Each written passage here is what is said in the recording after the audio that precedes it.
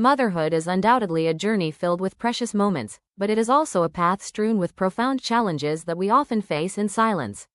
One of the most complex obstacles, and curiously one that is rarely discussed honestly, is anxiety. That state where you feel suffocated under the weight of an endless list of tasks and, above all, expectations that seem unattainable. I have experienced this firsthand. I know perfectly well that feeling that, no matter how much you do, it is never enough. That time slips through your fingers and that, despite exhaustion, you always feel that there is something left to accomplish. All of this fuels anxiety that we often choose to ignore or, more worryingly, end up normalizing. Sleepless nights and constant guilt for not measuring up are not everyday anecdotes, they are signs of real mental exhaustion. Today, I want us to talk about this with the seriousness it deserves. How social pressure and self-imposed demands shape anxiety in motherhood, and why it is essential to validate what we feel.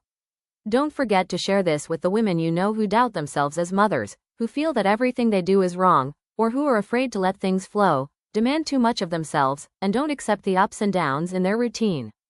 First, we know that there is a gender gap in mental health. For example, it is a statistical reality that we must analyze. Why are women twice as likely to be diagnosed with anxiety or depression disorders compared to men?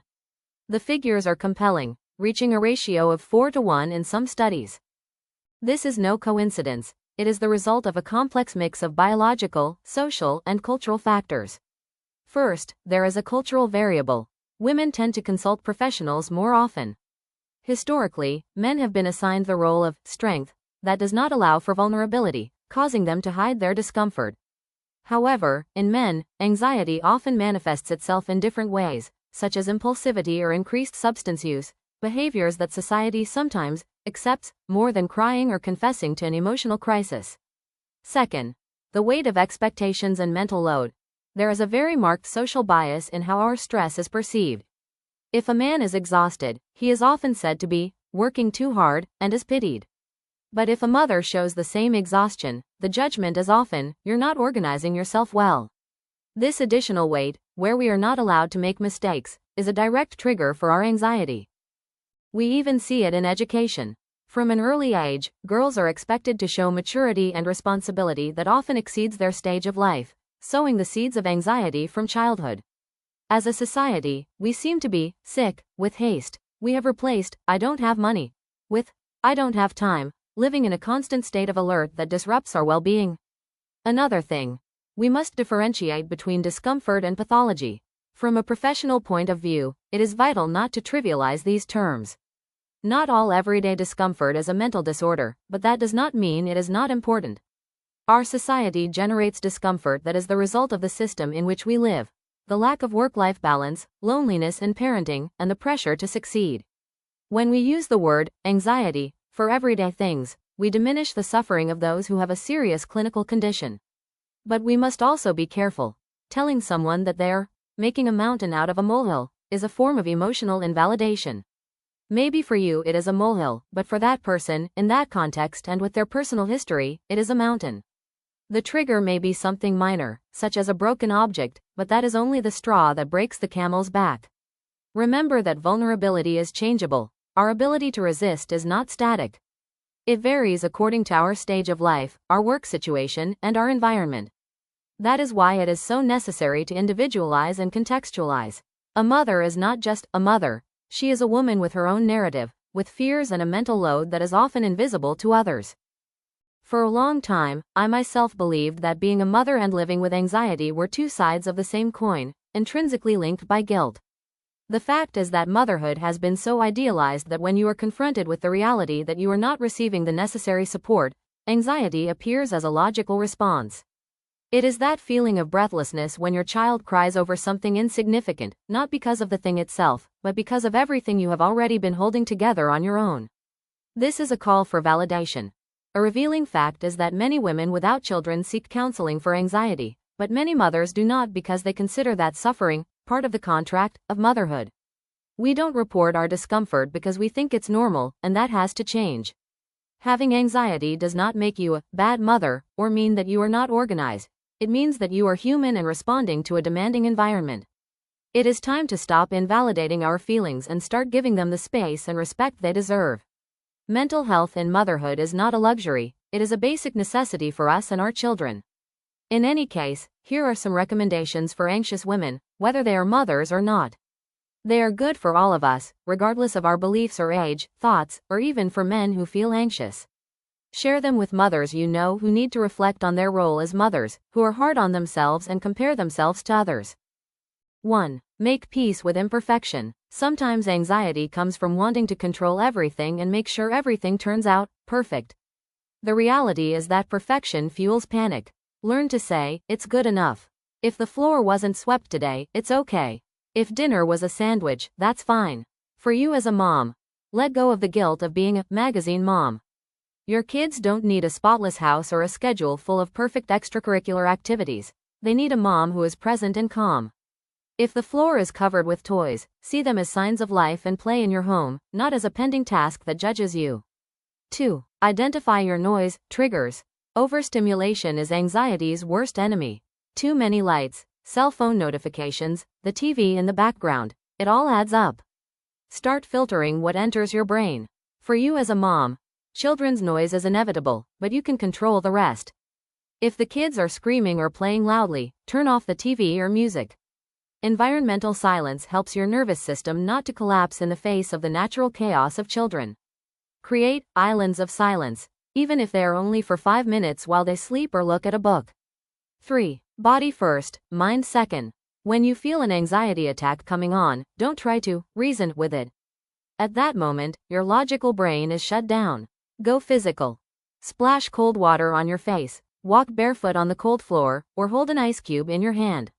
For you as a mom, if you feel like you're going to explode in front of your children, calmly tell them, Mommy needs a moment to calm down. Go to the bathroom and splash your wrists with cold water. This teaches them that it's okay to regulate themselves and that Mommy is human. You don't have to hide your anxiety, you can model how you manage it. 4. Break the elephant down into small pieces. Anxiety feeds on, I have 1,000 things to do. Look at your to-do list and stick with just the 3 most important things for today. Move the rest to tomorrow without regret. For you as a mom, the mental load on mothers is brutal: meals, uniforms, vaccinations, shopping. Use a notebook and get it all out of your head. Once it's on paper, stop mulling it over in your mind. Apply the rule. If it doesn't get done today and no one is in danger, it can wait. 5. Learn to say no and ask for help. Sometimes we feel anxious because we carry the weight of the world on our shoulders. Saying no to a social commitment or an extra favor doesn't make you a bad person. It makes you someone who cares about their mental health. For you as a mom, ask for help. You're not a superhero, you're a woman. If the father, grandmother, or a friend can watch the kids for an hour so you can go for a walk alone or just stare at the ceiling, accept it. Delegating isn't failing, it's surviving intelligently. 6. Watch what you consume, and I'm not just talking about food, coffee, and sugar fuel anxiety. But so do negative news stories and social media, where it seems like everyone else has a perfect life. For you as a mom, stop comparing yourself to mom influencers. What you see is an edited snippet. If following certain accounts makes you feel like your life is a mess or makes you anxious about not getting everything done, unfollow them today. Your peace of mind is worth more than any trend. 7. Connect with the here and now. Anxiety lives in the future. What if this happens? What if I don't make it? Practice grounding. Find 5 things you can see, 4 you can touch, 3 you can hear, 2 you can smell, and 1 you can taste. For you as a mom, use your children as an anchor. When you feel your mind wandering to future worries, look at your child, touch their hair, smell their little head, listen to their laughter. Connecting with your senses brings you back to the present, which is the only place where you can really act. 8. Move, even if you don't want to. I'm not telling you to go to the gym for 2 hours. I'm telling you to dance to a song in the kitchen or take a walk around the block. Movement processes cortisol, the stress hormone that anxiety generates. For you as a mom, make it a game. Put on some upbeat music and dance with your kids. They'll have a blast, and you'll be releasing physical tension without feeling like it's just another task on your to-do list. Shared movement creates oxytocin, the love hormone, which is the natural antidote to anxiety. 9. Talk to yourself with the same tenderness you show your child. Sometimes we are our own worst critics. If your child were scared or overwhelmed, Would you yell at them or give them a hug? Do the same for yourself. For you as a mom, when you feel bad about losing your patience or not getting everything done, say to yourself, I'm doing the best I can with the tools I have today. Being a mom with anxiety is like running a marathon with a backpack full of rocks. Be kind to yourself for the extra effort you're making. 10. Find a space that's just for you. Anxiety makes us feel like we've lost our identity, that we're just the mom of. Reclaiming a little bit of who you were before is vital. For you as a mom, even if it's just 15 minutes before everyone wakes up or when they're already asleep. Read a book, paint, or just drink a hot cup of tea without doing anything else. That sacred space tells your brain, I matter too. Friend, anxiety doesn't go away overnight, but you learn to live with it until it becomes less intense. You are an incredible mother precisely because you care so much about doing it right that your body speeds up. But remember, your children prefer a happy mom to a perfect mom. Don't forget to share this with your friends who you think have an ideal routine, whose lives you consider perfect, who seem to have everything going for them on social media. Because, most of the time, they silently demand a lot from themselves, and while they pretend that everything is perfect, inside everything is chaos. They don't feel good enough or think they're doing it wrong. They live worried about what others will say and don't enjoy motherhood with its ups and downs. You're not the only one who feels anxious. Believe me, it's more common than you think. Leave me a like and subscribe for more on maternal anxiety. A big hug to you.